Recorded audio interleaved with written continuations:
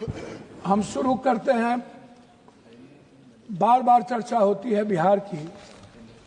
प्रधानमंत्री जब से आए, अभी परसों प्रधानमंत्री जी ने कमला नगर में बोला कि हम इमरजेंसी में यहीं रहते थे और जमुना का पानी हम पीते हैं डेली। आप रिकॉर्ड उठा के परसों के स्पीच का सुनिए कि हम जमुना का पानी पीते हैं। हम कमला नगर में ही रहते थे। प्रधानमंत्री जी हमारे कहाँ कहाँ रहते थे, कहाँ नहीं रहते थे, हमको आज तक समझ में नहीं आई कि गुजरात जो गांधी और पटेल के गुजरात, जो मोहब्बत की नगरी और लोकतांत्रिक व्यवस्था में वसुधैव कुटुंबकम और मानवता के लिए जो प्रतीक थे, आज वो गुजरात गांधी से हटा करके, पटेल से हटाकर उनको नाथूराम गोडसे और नए गुजरात की परिभाषा से परिभाषित की गई। शुरुआत किया गया और जब आए तो उन्होंने काला धन, जाली नोट, 15 लाख रुपया से शुरू की, 2 करोड़ नौकरी, नोटबंदी, जीएसटी, आप उठा करके देख लें।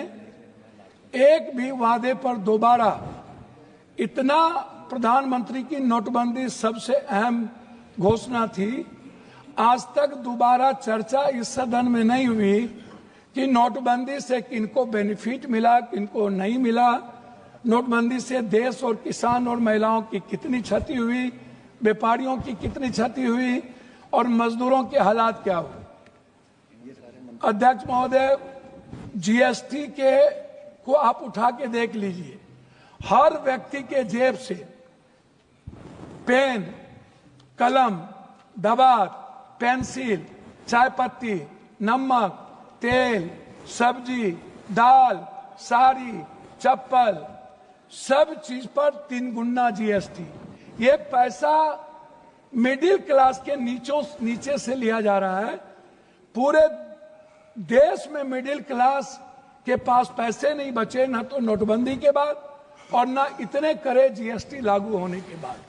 तो नोटबंदी और जीएसटी को आधार कहा, लोग कहते हैं हंडी के एक चावल से पता चलती है कि चावल पक गई। अब प्रधानमंत्री जी तिबारा आ गए, 3 बार देश के लोगों ने इन्हें बनाया। हम आपसे कहना चाहेंगे कि अभी जो कुंभ की बात है, प्रधानमंत्री जी हमारे हिंदू के सबसे बड़े, सनातन के विचारधारा कहते हैं कि मैं सबसे बड़ा हूं। मैं एक बाबा का नाम नहीं लूंगा लेकिन कोट करता हूं। उन्होंने कहा कि जो जो लोग मरे हैं वो मोक्ष चलेगा। तो मैं चाहता हूं कि लगभग बाबा और नागा और जो नेता वहां जाते हैं और जो बड़े पैसे वाला, उनको भी डुबकी लगा के मर जाना चाहिए ताकि इन लोगों का कल्याण हो जाए। ये मोक्ष पे चले जाए। भैया सुनिए, मोक्ष में चले जाएं। बाबा लोग वो बोलते हैं कि बाबा ने कहा कि मोक्ष में चले गए, तो मैं चाह रहा हूं कि ऐसे बाबाओं को मोक्ष में चला जाना चाहिए। दूसरी बात, मैं अंडरस्टैंड यंग, वो साधु संतों को आशीर्वाद दे रहे हैं, बाबाओं को आशीर्वाद दे रहे हैं। जी जी जी, मैं भैया दूसरा बात, उन्होंने अंडरस्टैंड यंग को ही उन्होंने 2000 करोड़ का लगभग उन्होंने ठेका दिया, जबकि 13 में 19 में इन्हीं को कुंभ मेला का ठेका दिया गया था। 4 लोग लगे, सारे मैनेजमेंट, टेक्निकल मैनेजमेंट से लेकर के ये सारे चीज इन्हीं को था। ये कौन है, इन पर क्या इंक्वायरी होगी। अध्यक्ष महोदय, 487 करोड़ का बजट हुआ करता था नेहरू जी के समय, और अब 10,000 करोड़ का बजट है सिर्फ एक कुंभ मेला का। जब नेहरू जी के समय कुंभ में लोग मरे थे तो गिनती थी। जब दुनिया में सोशल मीडिया, इतने बड़े मीडिया प्लेटफॉर्म पे इतना बड़ा बड़ा हमारा मीडिया है, सब कुछ है, एक बार गिनती नहीं हुई, जबकि 600 से लगभग लोगों का कहना है, वहां आंखों देखे, मेरा नहीं कहना है, कि 300 और 600 के लगभग लोगों की लाशें गई और उसको हिंदू रीति से नहीं जलाया गया। क्या हमारे संस्कार इतने गिर गए कि हम हिंदू रीति से उसके लाश को भी नहीं जलाए? आप हमारे संरक्षक है, गार्जियन है। मैं अपनी बात उनके द्वारा कह रहा हूं। दूसरी बात, महोदय राष्ट्रपति भाषण में रोजगार की, नौकरी की, बीपीएससी का, यूपीएससी का, एसएससी का, नीट का, जो लगातार हमारे नेता राहुल गांधी इस सवाल को लेके बोलते रहे। बीपीएससी में हमारे बिहार के बच्चों को मारा गया, लगातार धरना पे हैं, हम कोर्ट गए, लगभग पेपर क्वेश्चन लीक आउट होता है इस देश में। क्या कभी किसी पेपर, क्या कभी मिडिल क्लास या ओबीसी या ईबीसी का बेटा अब कभी नौकरी कर पाएगा? 3 बार प्रधानमंत्री रहते हुए आदरणीय प्रधानमंत्री जी के कार्यकाल में रेलवे की वैकेंसी नहीं निकली, बैंकिंग की वैकेंसी नहीं निकली, लगभग अग्निवीर हो गया। और इतना ही नहीं, नियोजित और संविदा की खेती होगी, परमानेंट नौकरी अब नहीं मिलेगा, नौकरी लगभग प्राइवेट की ओर चला गया।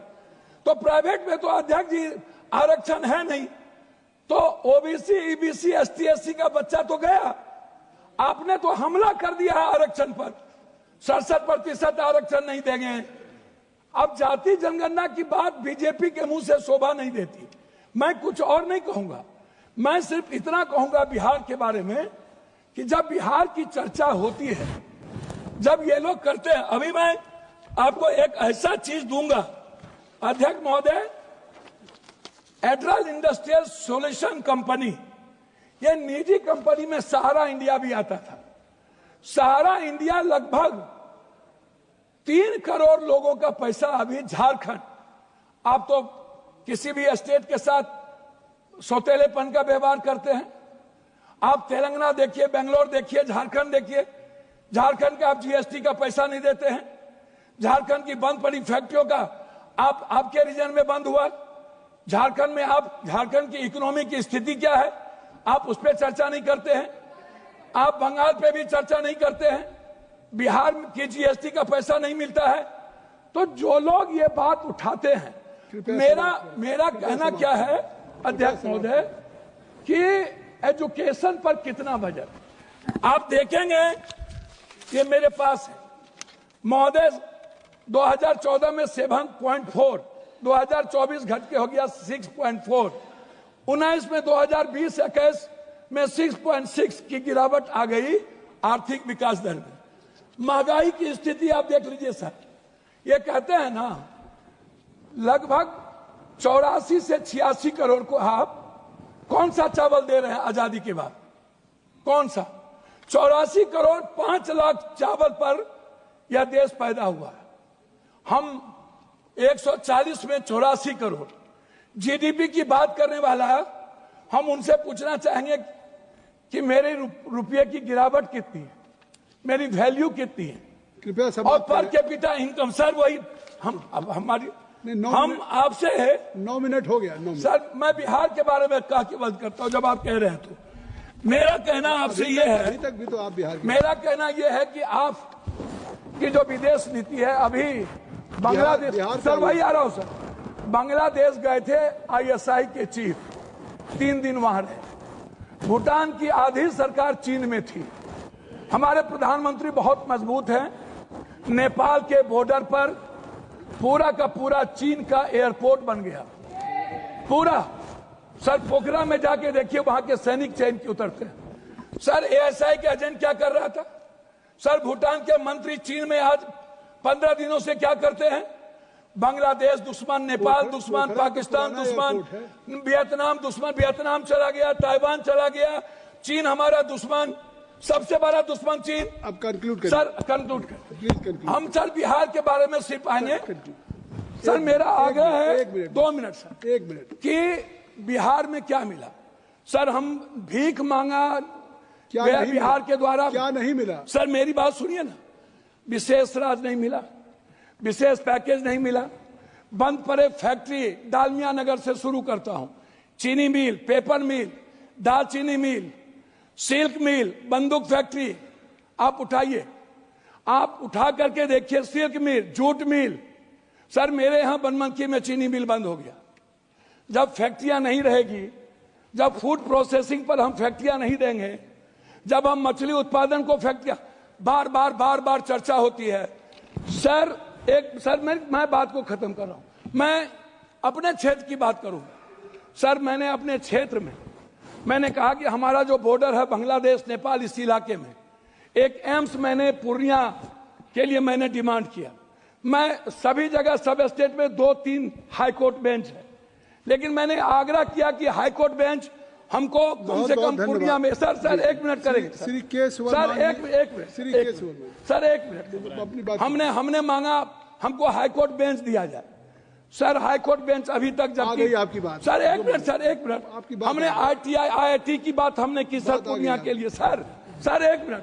हम पूर्णिया में आप कहते हैं मखान बोर्ड, मैं कहता हूं सर दुनिया का 94% कोशिश सीमांचल मिथिलांचल में होता है, तो बोर्ड गठन से नहीं होगा सर। हमारी प्रोडक्ट से हमारा सर उत्पादन की बात मैं कर रहा हूँ, लास्ट कर रहा हूँ सर। हाफ मिनट मिला, हाफ मिनट सर। मैं मक्का और मखान और दूध की प्रोसेसिंग पर मैं आपसे सिर्फ आग्रह करूंगा। हमारा इलाका सबसे गरीब है, सबसे ज्यादा पलायन है। सर मैं एक डिमांड करता हूं आपके द्वारा कि हमें पूर्वांचल के लिए एक मंत्रालय का यहां से गठन हो, जो हमारे पूर्वांचल का विकास नियमित हो। दिल्ली में पूर्वांचल के लोग आते हैं, वो बहुत परेशान हैं। मेरा आग्रह है कि पूर्वांचल मंत्रिमंडल का गठन और वहां से विकास हो। धन्यवाद सर। और ऐसी खबरें देखने के लिए सब्सक्राइब कीजिए हमारे यूट्यूब चैनल को। वीडियो पसंद आए तो लाइक, कमेंट और शेयर जरूर कीजिए। शुक्रिया।